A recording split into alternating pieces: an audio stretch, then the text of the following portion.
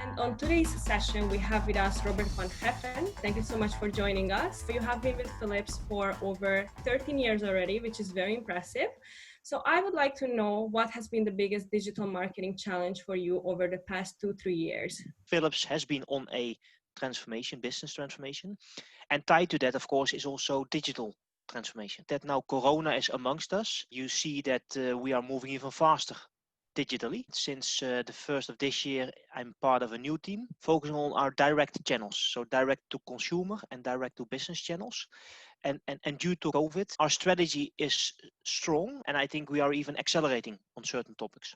You're also the president of the Data-Driven Marketing Association, or DDMA, during the past few months. How has it affected your marketing strategy inside the association? We bring together almost 350 companies in the Netherlands. So those are big and small. And it's all about data and digital marketing. So what can you do? What are you allowed to do? What should you want to do? You look at the ethical aspect of data. You look at the law given, sort of GDPR, the California law of data, and also what you would like to do as a company. In having those dialogues with all those associated companies, you see the same surfacing is that data is becoming more and more important. But typically, it's not part of the core practice. From chairing the Data-Driven Marketing Association, the nice thing is that you have a broad spectrum of topics, which I also use in my daily practice. There's a lot of commonalities, but also inspiration happening. Definitely. You have been a request speaker at many of CISO events. What advice would you give to them, essentially, who are struggling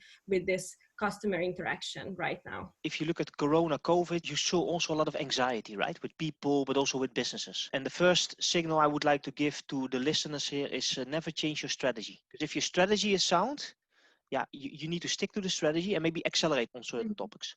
Second thing is also, of course, Philips has and sells like MRI scanners to decision-making units of 10 people plus. Typically not something you do virtually. But due to Corona, digital virtual was the only channel we could engage with our customers.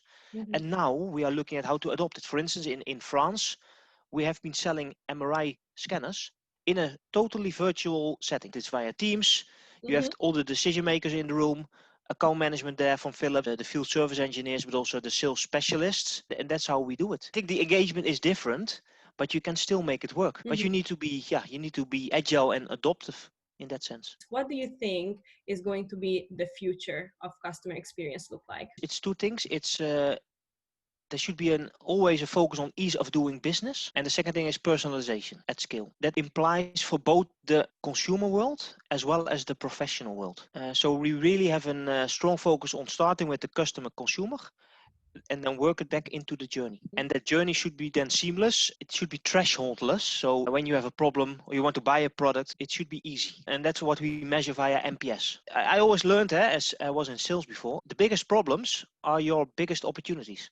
Yes, as we have already mentioned, events and of course in-person marketing have been very tricky in these past months, right? Did you have fewer opportunities essentially to market your product due to the pandemic? So we were and have been building out a strategy unlocking the direct-to-consumer and direct-to-business channels. And I think we only saw the direct-to-consumer channel growing. There was a lot of more interest, more traffic to the website, conversion, and on the D2B side, the business arena we have is very events driven. And we also embarked on going and making events fully virtual. But it also meant that we needed to look at investing in the platform, looking at the content. So it was quite rapidly changing a bit of what we were planning to and changing it together with our key stakeholders. In essence, we did small scale events in the markets, but we also we participated in big conferences. Like IFA on the D2C side, or ESC, the cardiology conference on the B2B side. We see an uptick. Hospitals also, and also consumers are spending less.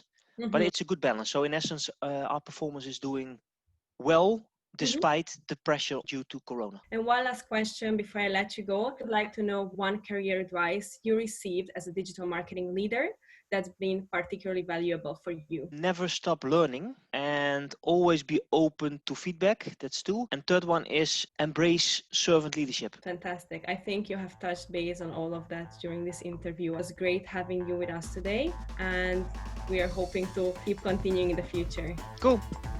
Petra, thank you.